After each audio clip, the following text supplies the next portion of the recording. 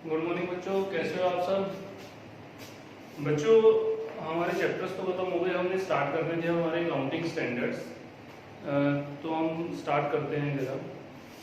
सबसे पहले हम अकाउंटिंग स्टैंडर्ड स्टार्ट करने से पहले आज स्टार्ट करते हैं इंट्रोडक्शन टू अकाउंटिंग स्टैंडर्ड। पहले देख लें कि अकाउंटिंग स्टैंडर्ड्स है क्या, कहाँ से आए, कैसे आए, क्यों आए। ये सब देखने के बाद फिर हम स्टार्ट करेंगे अपने अकाउंटिंग स्टैंडर्ड्स। तो सबसे पहले बच्चे देखते हैं कि अकाउंटिंग स्टैंडर्ड्स है क्या है। बच्चों, जिस तरह से कोई भी काम करने के प्रोसेस होता है, कुछ स्टैंडर्ड्स होते हैं, इस तरह अकाउंटिंग के भी कुछ स्टैंडर्ड्स हैं जो गाइड करते हैं हमें कि हमें किस तरह से अकाउंटिंग करनी है। बेसिकली हमें क्या, जिसे हम अकाउंटिंग में देखते हैं, हम इवेंट्स और ट्रांजैक्शंस को रिकॉर्ड करते हैं, तो इनको रिकॉग्निशन कैसे होगी, किस अमाउंट पर होगी, वो अमाउंट कैसे कंप्यूट होगा, मेजरमेंट उसकी कैसे होगी, उसकी प्रेजेंटेशन और डिस्क्लोजर कैसे होगी, ये सब हमें अकाउंटिंग स्टैंडर्ड से बताते हैं। जो आपके बेसिक अकाउंटिंग प्रिंसिपल जो आपने फाउंडेशन में पढ़े थे उसे छोड़ दें तो उसके बाद जितना भी आपने अकाउंटिंग पढ़ा है वो सारा का सारा अकाउंटिंग स्टैंडर्ड बेस्ड ही गाइडेंस, सारी गाइडेंस उसकी अकाउंटिंग स्टैंडर्ड बेस्ड ही है। लाइक फॉर एग्जांपल आपने डेप्रिसिएशन का कंसेप्ट पढ़ा था, इन्वेंट्री का कंसेप्ट पढ़ा था, ये सब आपके अकाउंटिंग स्टैंडर्ड्स हैं। यही बताते हैं आपको कि कैसे आपको इन आइटम्स को रिकॉर्ड करना है, मेजर करना है। और ये अकाउंटिंग स्टैंडर्ड जाने का रीज़न क्या था? बच्चे, जाने का रीज़न ये था क्योंकि जब तक अकाउंटिंग स्टैंडर्ड्स नहीं थे तब तक सबको बेसिक अकाउंटिंग प्रिंसिपल्स तो पता है कि आपको पता है कि आपको डबल एंट्री सिस्टम फॉलो करना है। और जो हमारे अकाउंट्स हैं, 3 तरह के अकाउंट्स थे, रियल और आपका पर्सनल अकाउंट्स और नॉमिनल अकाउंट। तो इनको फॉलो करके सब अपनी अकाउंटिंग कर देते हैं, रिकॉर्ड्स और ट्रांजैक्शन। लेकिन उसकी प्रेजेंटेशन कैसे की जाए ये किसी को नहीं पता। अब आप सब लोगों को ये तो पता है कि इनकी अकाउंटिंग ही करनी है, लेकिन उनकी मेजरमेंट कैसे होगी? अगर आप बुक से फाइनेंशियल स्टेटमेंट्स अपनी बना रहे हैं, बैलेंस शीट्स बना रहे हैं, तो बैलेंस शीट के अंदर आप फिक्स्ड एसेट कैसे प्रेजेंट करेंगे, इन्वेंट्री को किस वैल्यू पे प्रेजेंट करेंगे, ये सब हमारे अकाउंटिंग स्टैंडर्ड्स ही बताते हैं कि आप किसी चीज़ को, किसी आइटम को रिकॉर्ड कैसे करोगे और उसे मेजर कैसे करोगे, उसकी वैल्यूएशन कैसे करोगे और उसे प्रेजेंट कैसे करोगे बैलेंस शीट के अंदर। ये सब लाने के लिए ही अकाउंटिंग स्टैंडर्ड्स लाए गए, ताकि सभी एक single sets of accounting standards या single sets of accounting procedure या पॉलिसीज को फॉलो करें। अदरवाइज जब तक कोई स्टैंडर्ड नहीं होंगे तो कोई एक एंटिटी किसी और तरह से प्रेजेंटेशन करेगी, दूसरी एंटिटी किसी और तरह से, तीसरी किसी और तरह से, उसकी मेजरमेंट वैल्यूएशन भी सेपरेट होगी। तो आप इस बेसिस पे दो कंपनियों को ना तो आपस में कंपेयर कर पाओगे और ना ही कभी उनकी फाइनेंशियल स्टेटमेंट मर्ज करनी हो, कंसोलिडेट करनी हो, तो वो भी नहीं आप कर पाओगे। सभी अपने अपने separate sets of accounting standard पे चलेंगे। और सबसे इंपॉर्टेंट बात, कंसिस्टेंसी नहीं आएगी किसी भी स्टैंडर्ड्स में। तो इसीलिए जितने भी हमारे अकाउंटिंग प्रैक्टिस पॉलिसीज वगैरह हैं उन सब के लिए एक अकाउंटिंग स्टैंडर्ड्स बना दिए जाते हैं, ताकि ये एक single sets of accounting policies या प्रोसीजर फॉलो हो, सभी एक ही जैसा प्रोसीजर फॉलो करें, हम सबकी फाइनेंशियल स्टेटमेंट को आपस में कंपेयर कर सकें और एक कंफ्यूजन ना हो, एम्बिग्यूटी ना हो।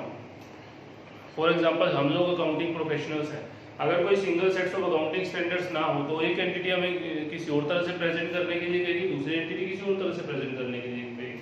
हमें डिफरेंट प्रेजेंटेशन ही करनी पड़ेगी हर जगह, डिफरेंट वैल्यूएशन, डिफरेंट टेक्निक से अप्लाई करनी पड़ेगी, अगर कोई single sets of accounting standards ना हो कि ऐसे ही ये काम होना है।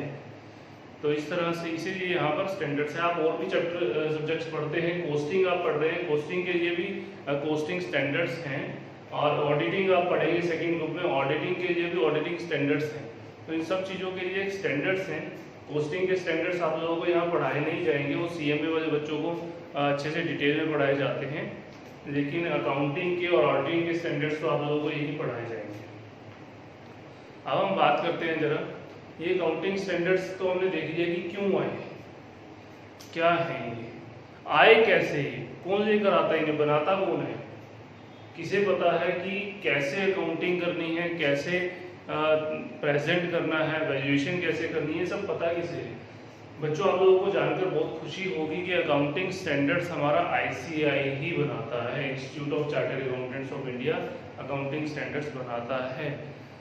इंस्टीट्यूट बेसिकली होता क्या है कि गवर्नमेंट ने, सेंट्रल गवर्नमेंट ने आईसीआई को अकाउंटिंग स्टैंडर्ड्स बनाने की जो है जिम्मेवारी दी हुई है, रिस्पॉन्सिबिलिटी दी हुई है, क्योंकि उसे पता है कि यही एक ऐसी बॉडी है जो ये अकाउंटिंग स्टैंडर्ड्स बनाने के प्रोसेस को बहुत अच्छे से और बेटर तरीके से कर सकती है। क्योंकि हमारी कंट्री के अंदर अगर हम देखें तो अकाउंटिंग और टैक्सेशन प्रोफेशनल्स के अंदर हमारे ICAI वाले ही आते हैं, चार्टर्ड अकाउंटेंट्स ही आते हैं। अगर आप फिर भी बात करें तो हमारे पास कई सब्जेक्ट्स हैं, जैसे लॉ के अंदर आपको कंपनी सेक्रेटरीज भी एक्सपर्ट्स मिल जाएंगे और शायद चार्टर्ड अकाउंटेंट से ज़्यादा अच्छे एक्सपर्ट्स आपको मिल जाएंगे वो लॉ में। लेकिन अगर आप बात करें कोस्टिंग की, कोस्टिंग में भी आपको आपके कॉम्पिटिटर मिल जाएंगे। CMS जो कॉस्ट एंड मैनेजमेंट अकाउंटेंट्स हैं, उनकी कोस्टिंग आप लोगों से थोड़ी ज़्यादा बेटर होगी, थोड़ी क्या काफ़ी बेटर होगी, क्योंकि उन्होंने कोस्टिंग ही बहुत डीप में पढ़ी है। आप लोगों ने कोस्टिंग बहुत लाइट पढ़ी है। लॉ तो आप फिर भी अच्छे से पढ़ते हैं। जो CS और आपके लॉ में डिफरेंस क्या होता है कि नोटिस वगैरह, रिपोर्ट्स वगैरह कैसे बनानी है ये आपको अच्छे से नहीं बताया जाता, फॉर्मेट्स वगैरह सब वो उन्हें बताया जाता है। बस इतना फर्क है, जो आप भी प्रॉपर पूरा पढ़ते हैं। ऑडिटिंग में आप बेस्ट हैं, ऑडिटिंग में आपका कॉम्पिटिटर कोई नहीं है। अकाउंटिंग में आपका कॉम्पिटिटर कोई नहीं है। टैक्सेशन में आपके कॉम्पिटिटर्स हैं, एडवोकेट्स हैं जो टैक्सेशन में प्रैक्टिस करते हैं, वो आप लोगों के कॉम्पिटिटर हैं और मतलब उन्हें भी टैक्सेशन अच्छे से पढ़ाया जाता है। फाइनेंस में आप लोगों के कॉम्पिटिटर्स हैं जो आप FM पढ़ रहे हैं, SFM पढ़ेंगे फाइनल में जाके। MBA फाइनेंस वाले बच्चों को बहुत अच्छे से सब पढ़ाया जाता है। तो इसीलिए आप लोगों के कॉम्पिटिटर सिर्फ किस फील्ड में नहीं है, अकाउंटिंग और ऑडिटिंग। और ये दोनों स्टैंडर्ड्स ही बनाने के लिए सेंट्रल गवर्नमेंट ने जिम्मेवारी दी हुई है ICAI को, क्योंकि उन्हें पता है कि यही एक बॉडी है जो इन दोनों फील्ड्स में प्रैक्टिकली वर्क करती है, जिस बॉडी को इन दोनों फील्ड्स की नॉलेज है। तो अब बात करते हैं जी, ICAI स्टैंडर्ड्स बनाती है। ICAI स्टैंडर्ड बनाने के बाद रिकमेंड कर देती है सेंट्रल गवर्नमेंट को, और सेंट्रल गवर्नमेंट इसे नोटिफाई करती है। लेकिन नोटिफाई करने से पहले सेंट्रल गवर्नमेंट इससे कंसल्ट करती है अपनी कुछ प्रोफेशनल बॉडीज से। वो प्रोफेशनल बॉडीज कौन सी हैं? Basically MCA, ministry of corporate affairs. तो अकाउंटिंग स्टैंडर्ड्स बनाए तो ICAI ने, ICAI नोटिफाई कर देता है जी सेंट्रल गवर्नमेंट को, और सेंट्रल गवर्नमेंट MCA से कंसल्ट करती है, या फिर ICAI MCA को भी नोटिफाई कर देता है। तो बाद में MCA जो स्टैंडर्ड्स इशू करता है या नोटिफाई करता है, वो स्टैंडर्ड्स कंपनीज के ऊपर एप्लीकेबल हो जाते हैं, क्योंकि MCA एक ऐसी बॉडी है, मिनिस्ट्री ऑफ कॉर्पोरेट अफेयर्स, जो कंपनीज के अफेयर्स को गाइड करती है। तो MCA के द्वारा नोटिफाई किए हुए स्टैंडर्ड्स ही कंपनीज पर एप्लीकेबल होते हैं। MCA चाहे तो ICAI के बनाए हुए स्टैंडर्ड्स में कुछ चेंजेस कर सकती है जैसे उसे सुटेबल लगता है। और आप लोगों को जानकर बहुत खुशी होगी, MCA ने आज तक ICAI के स्टैंडर्ड्स में कुछ चेंजेस नहीं किए। चेंजेस क्या होते हैं कि कोमा, फुल स्टॉप, इनको चेंज कर दिया जाता है, इधर उधर शिफ्ट कर दिया जाता है। अदरवाइज वैसे कोई चेंजेस नहीं MCA करता उसमें।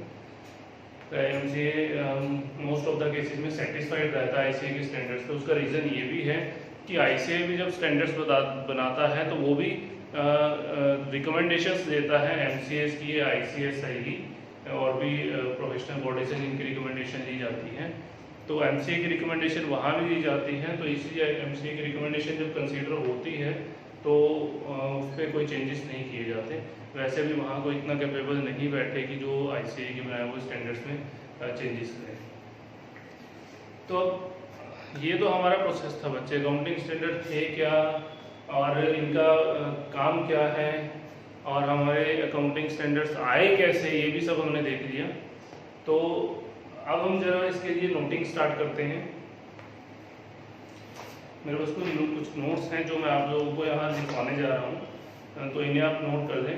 ये हमारी बेसिक इंट्रोडक्शन है अकाउंटिंग स्टैंडर्ड्स की। इसके बाद हम करेंगे introduction to Indian accounting standard, IND AS और IFRS। ये करने के बाद हमारे स्टार्ट होंगे आपके IPCC फर्स्ट ग्रुप में जो आपके पास अकाउंटिंग स्टैंडर्ड्स एप्लीकेबल हैं।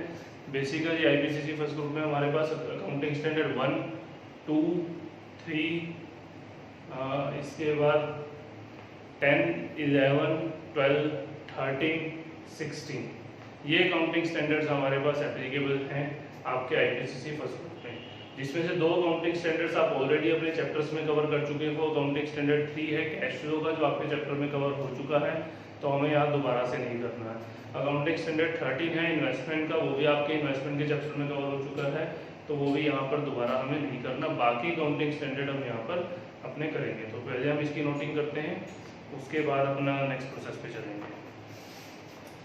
Introduction to accounting standard.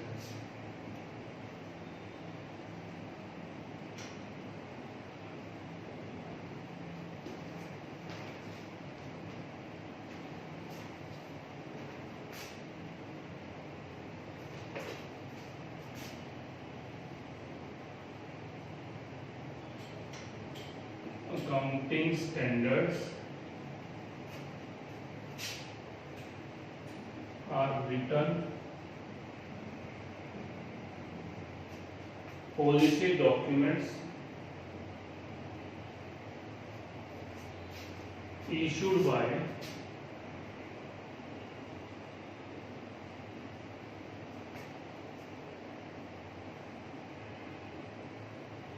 Government of India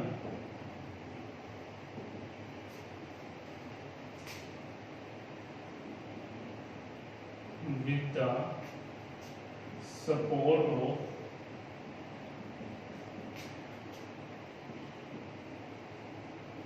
other regulatory bodies.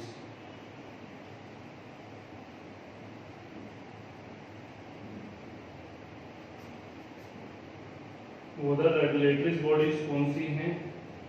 Basically यहाँ एमसीए की बात कर रहा है।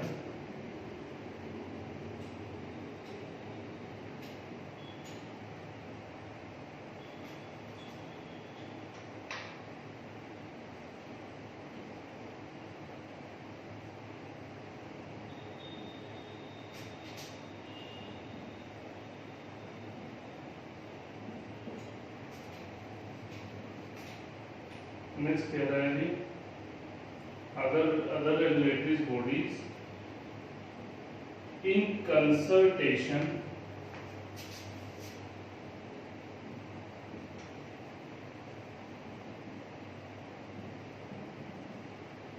With NACAS. नाकास क्या है जी? नेशनल एडवाइजरी कमेटी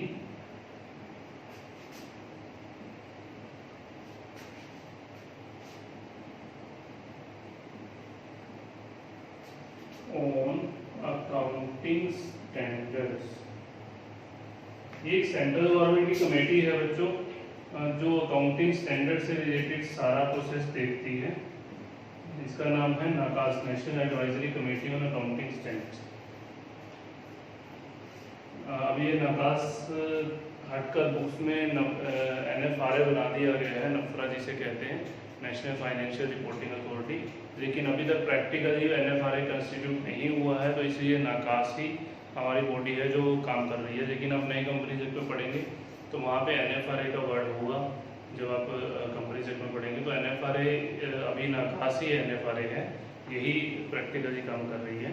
नई कमेटी अभी कंस्टिट्यूट नहीं है। जैसे ही NFRA कंस्टिट्यूट हो जाएगी, उसे अथॉरिटीज दे दी जाएगी, तो ये कमेटी हमारी डिसॉल्व हो जाएगी।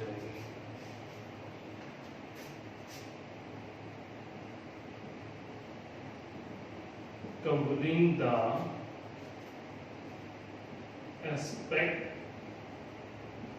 of recognition,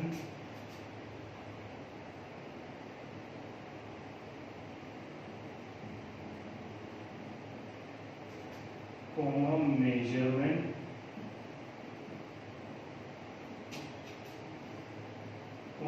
presentation and disclosures of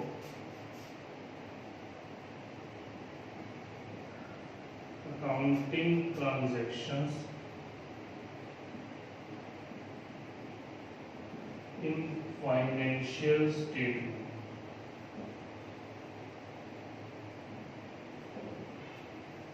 बच्ची ये हमारा इंट्रोडक्शन है, मीनिंग है हमारी अकाउंटिंग स्टैंडर्ड्स की। ये एज इट इज सेम वही मैंने आपको मीनिंग लिखवाया जो हमारे ICAI के स्टडी मैट के अंदर है। इसमें कुछ भी चेंज नहीं करवाया, एज इट इज सेम वही है। देखते हैं जरा से क्या कह रहे हैं। Accounting standards are the written policy document. पहली बात इसने बोली है written policy documents, that means ये ओरल नहीं है, रिटन में आपको एक पॉलिसी डॉक्यूमेंट्स दिए गए कि प्रॉपर फॉर्मेट में एक वर्डिंग्स के साथ जो आपको बताया गया है कि कैसे करना है। तो ये कहते हैं कि रिटर्न पॉलिसी डॉक्यूमेंट्स आपको ऑलरेडी कहीं नहीं बताया कि आपको ऐसे काम करना है या ऐसे करना है। प्रॉपरली आपको इसके नोट्स और इसके आपको स्टडी में या फिर इसका बेयर एक्ट आपको दिया गया है। ये कहते हैं कि अकाउंटिंग स्टैंडर्ड एक रिटर्न पॉलिसी डॉक्यूमेंट्स है जो इशूड किए गए किसके द्वारा, गवर्नमेंट ऑफ इंडिया, मतलब सेंट्रल गवर्नमेंट जो हमारी वो इशू करती है with the support of other regulatory body. कुछ अदर रेगुलेटरी बॉडीज हैं जिनके सपोर्ट में इशू करती है। जैसे एमसीए की हमने पहले भी बात की थी कि कंपनीज के लिए अकाउंटिंग स्टैंडर्ड्स एमसीए इशू करता है और जो नॉन कंपनीज के ऊपर है वो आईसीए वाले एज इट इज एप्लीकेबल हो जाते हैं। दोनों सेम है, कोई फर्क नहीं है दोनों। In consultation with NACAS, national advisory committee on accounting standards. NACAS की भी अभी हमने बात की, सेंट्रल गवर्नमेंट की एक कमेटी है जो अकाउंटिंग स्टैंडर्ड्स के ऊपर एडवाइजरी देती है सेंट्रल गवर्नमेंट को। तो इस कमेटी के द्वारा ही इस कमेटी से ये कंसल्ट किया जाता है। और क्या क्या कवर करते हैं, कहता है कवरिंग करता है एस्पेक्ट्स क्या, recognition, measurement, presentation and disclosure of accounting transaction aspects on financial statement. मतलब हमें कैसे किसी ट्रांजैक्शन को रिकॉर्ड करना है, मेजर कैसे करना है, दैट मीन्स उसका अमाउंट क्या होगा, और उसकी प्रेजेंटेशन और डिस्क्लोजर लास्ट में कैसे करनी है फाइनेंशियल स्टेटमेंट बनाते हुए। ये सारी ट्रांजैक्शंस जितनी भी हमारी अकाउंटिंग ट्रांजैक्शंस हैं उनकी रिकॉग्निशन, मेजरमेंट और प्रेजेंटेशन, डिस्क्लोजर कैसे करनी है, ये सब हमें गाइड करता है हमारा ये अकाउंटिंग स्टैंडर्ड्स। ये नोट कर लो बच्चे फटाफट से। इसके बाद हम आगे चलते हैं।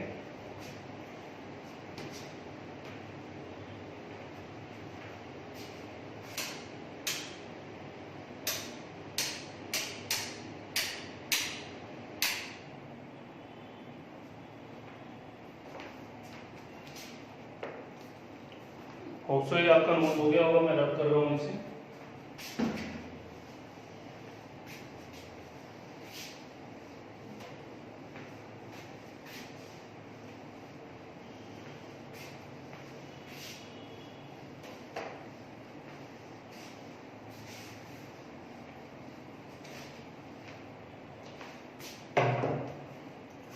चलो नेक्स्ट इसमें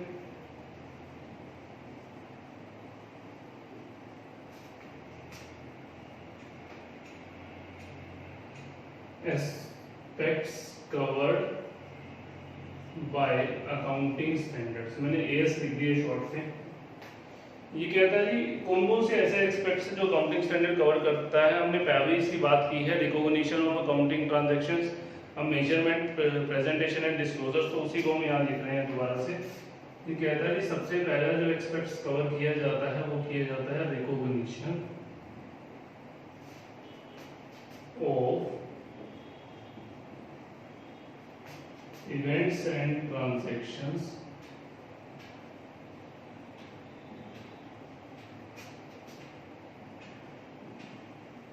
in the financial statements। Second aspect हमारा कवर किया जाता है जी measurement.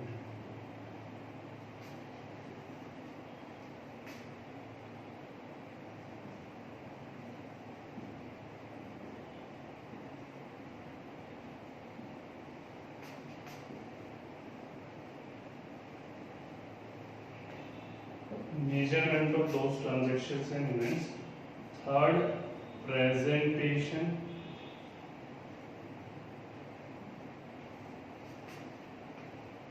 of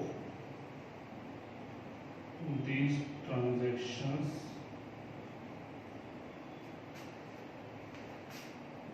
and events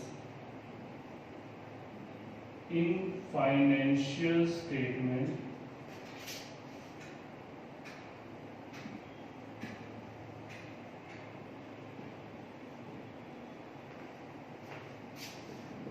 in a manner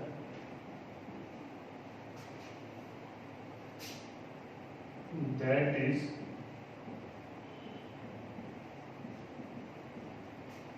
meaningful and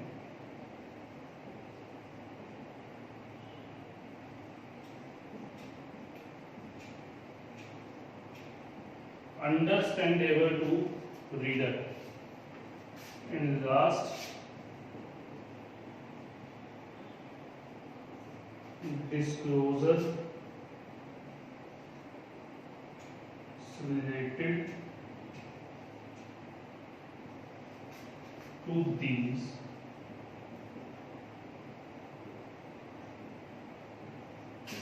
transactions and events। बच्चे ये अभी जो हमने बात की एस्पेक्ट्स को कवर कर रहे हैं, पहले भी बात की। रिकॉग्निशन ऑफ इवेंट्स और ट्रांजैक्शन इन फाइनेंशियल स्टेटमेंट, कैसे इन्हें रिकॉर्ड किया जाए, मेजरमेंट मींस उनका अमाउंट क्या होगा रिकॉर्ड करते हुए, प्रेजेंटेशन की उनकी प्रेजेंटेशन इवेंट्स और ट्रांजैक्शन की किस अकॉर्डिंग हो, जो कि हमें मीनिंगफुल और अंडरस्टैंडेबल हो रीडर के लिए। दैट मींस जो भी प्रेजेंटेशन हम करें रीडर के लिए उसे वो इजीली समझ सकें और उसके लिए वो मीनिंगफुल हो, मींस काम की हो उसके लिए।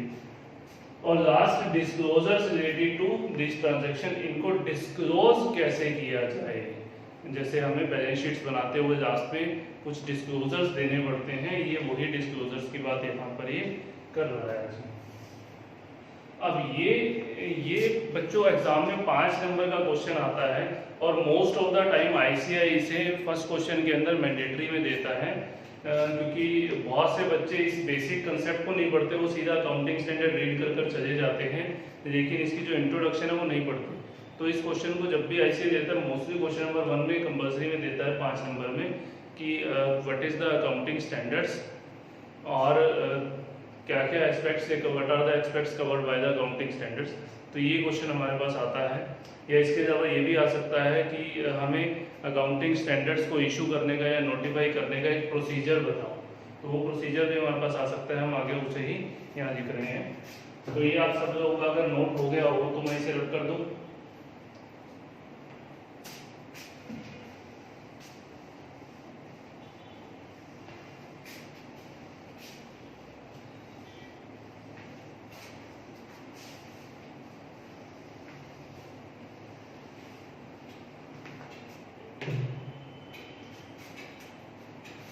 नेक्स्ट हमारा है बच्चों स्टैंडर्ड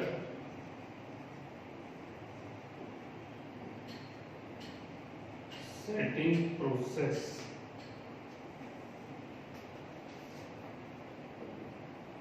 ये बच्चों हमारा स्टैंडर्ड अकाउंटिंग स्टैंडर्ड को सेट करने का प्रोसेस, जिसकी अभी हमने बात भी की थी, उसी के बारे में हम यहाँ पे लिख रहे हैं। Yes, accounting standards are constituted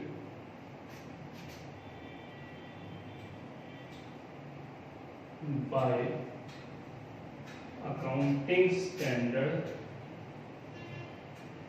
board of ICAI। हमारे ICAI का अकाउंटिंग स्टैंडर्ड बोर्ड है जो इसे बनाता है।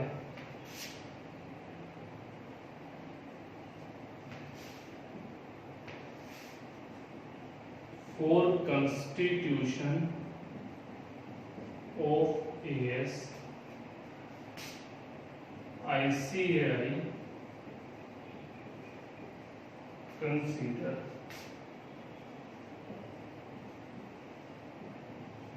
the representation of certain government bodies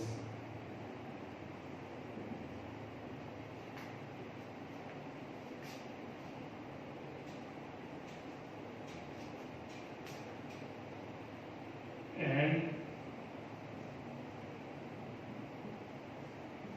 professional bodies like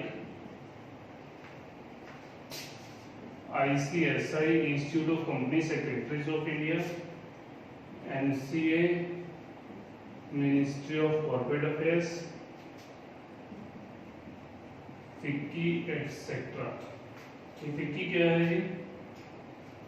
ये है federation of Indian chamber of commerce industries. मैं लिख देता हूँ इसकी आपको ग्रुप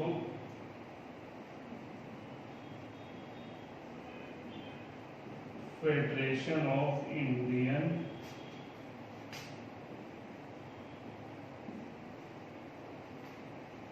चैम्बर्स ऑफ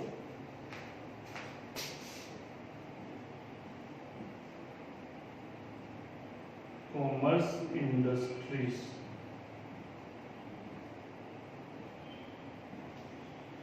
ये भी एक सेंट्रल गवर्नमेंट की बॉडी है जो बेसिकली हमारे बिजनेस या कॉमर्स इंडस्ट्रीज के रिगार्डिंग वर्क देखती है। तो उसी उससे उसकी भी हमें रिकमेंडेशंस दी जाती हैं कि उनकी रिक्वायरमेंट्स क्या है, वो किस अकॉर्डिंग प्रेजेंट करना चाहते हैं या डिस्क्लोज करना चाहते हैं।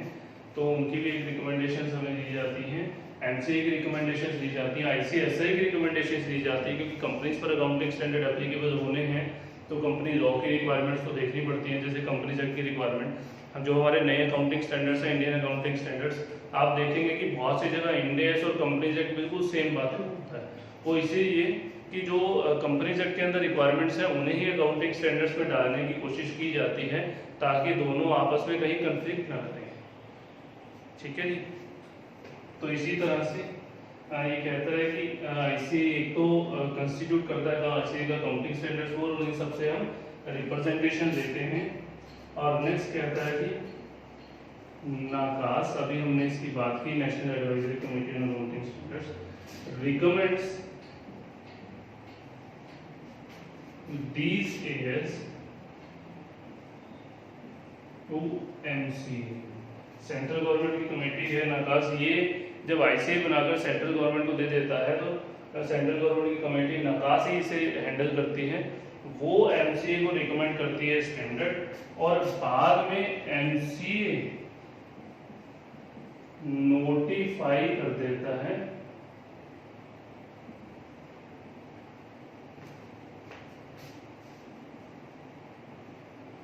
these standards।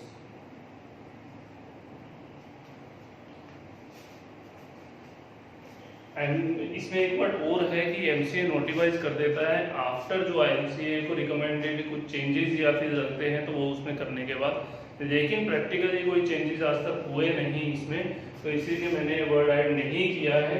MCA as it is notify करता है, तो इसीलिए हम नाकास को जैसे रिकमेंड करता है एमसीए उसे नोटिफाई कर देता है, हम ये वर्ड लिखते हैं। और इसके बाद एमसीए के नोटिफाई करने के बाद ही ये अकाउंटिंग स्टैंडर्ड्स कंपनीज पर एप्लीकेबल होते हैं, उससे पहले ही कंपनीज पर एप्लीकेबल नहीं होते जी। Thereafter these is notified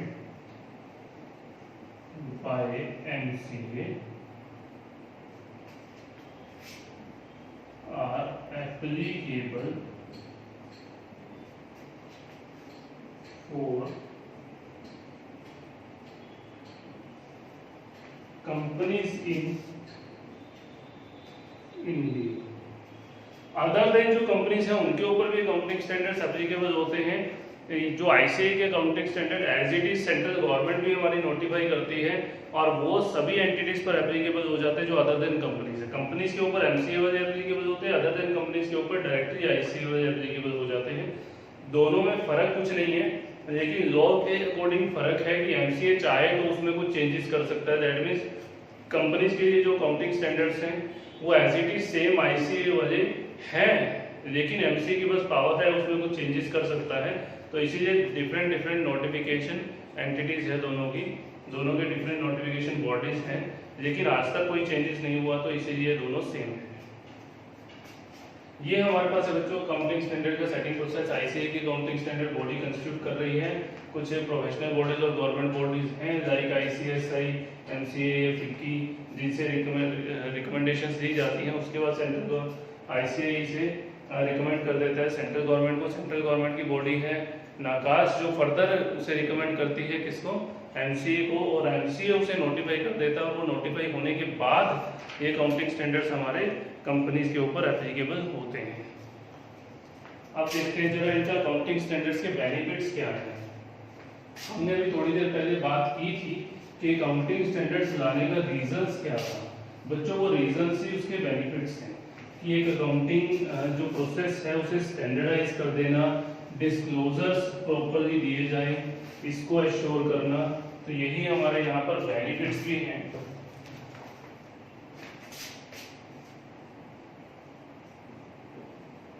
benefits of accounting standards, ये आप लोगों ने फाउंडेशन में भी पढ़ा होगा, benefits of accounting standards.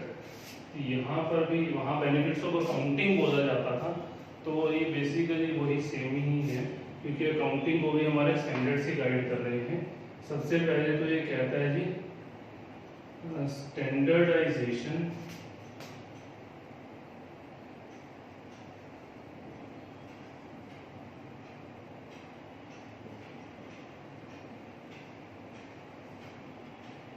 of alternative accounting treatments।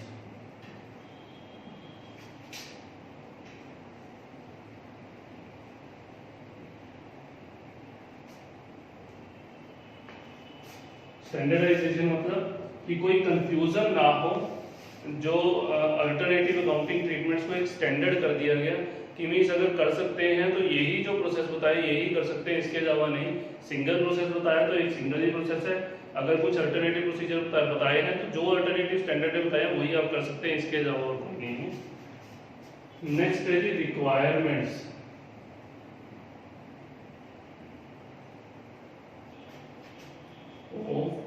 Additional disclosures. हमने बात की थी कि डिस्क्लोजर्स को भी बताता है, तो उसकी जो एडिशनल डिस्क्लोजर्स थे उसकी रिक्वायरमेंट भी फुलफिल करते हैं अकाउंटिंग स्टैंडर्ड्स। तीसरा है कंपैरेबिलिटी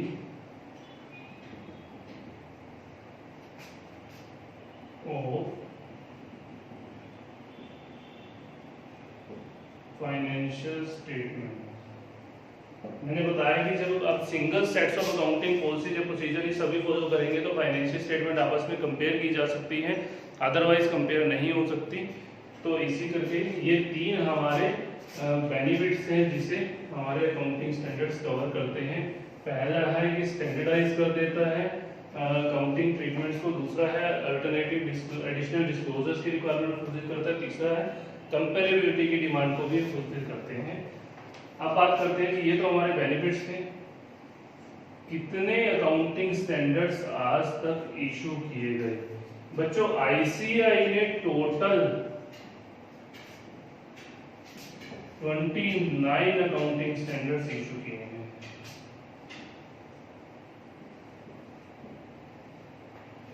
लेकिन एडिशनली 3 अकाउंटिंग स्टैंडर्ड्स एमसीए ने ज्यादा इशू किए हैं, 30, 31 एंड 32।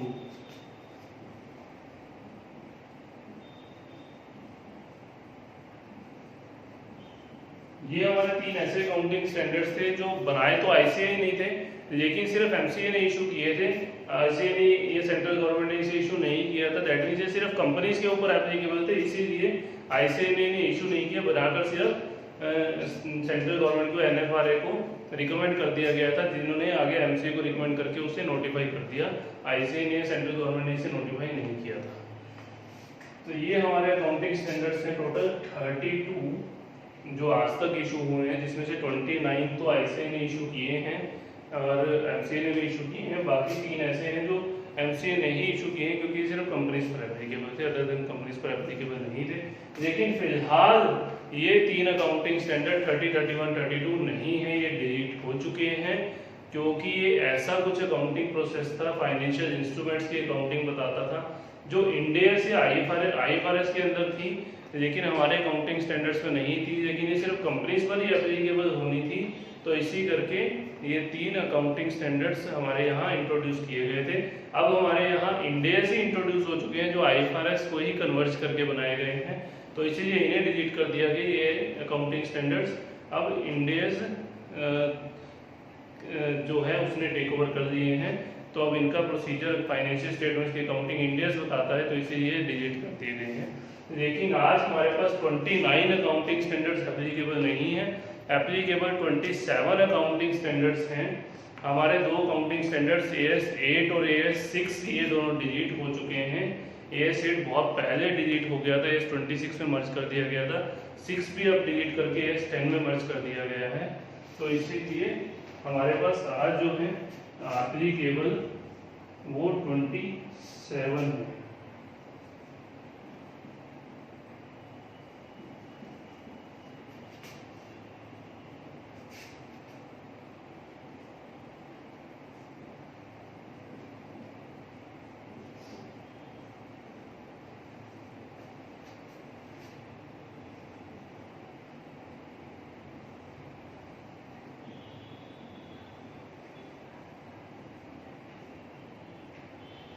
तो आज हमारे पास 27 इफेक्टिव है क्योंकि ये 6 और 8 विड्रॉ कर दिए गए हैं।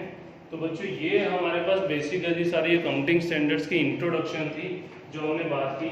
इसमें से किसी भी टॉपिक के ऊपर 5 नंबर का क्वेश्चन आ जाता है, जैसे मीनिंग ऑफ अकाउंटिंग स्टैंडर्ड्स है, इंट्रोडक्शन ऑफ अकाउंटिंग स्टैंडर्ड्स, या what are the accounting standards and what are the aspects covered by accounting standards, what are the benefits of accounting standards. तो इस तरह से ये हमारे पास क्वेश्चन आ जाते हैं। ये क्वेश्चन तो बहुत कम आता है।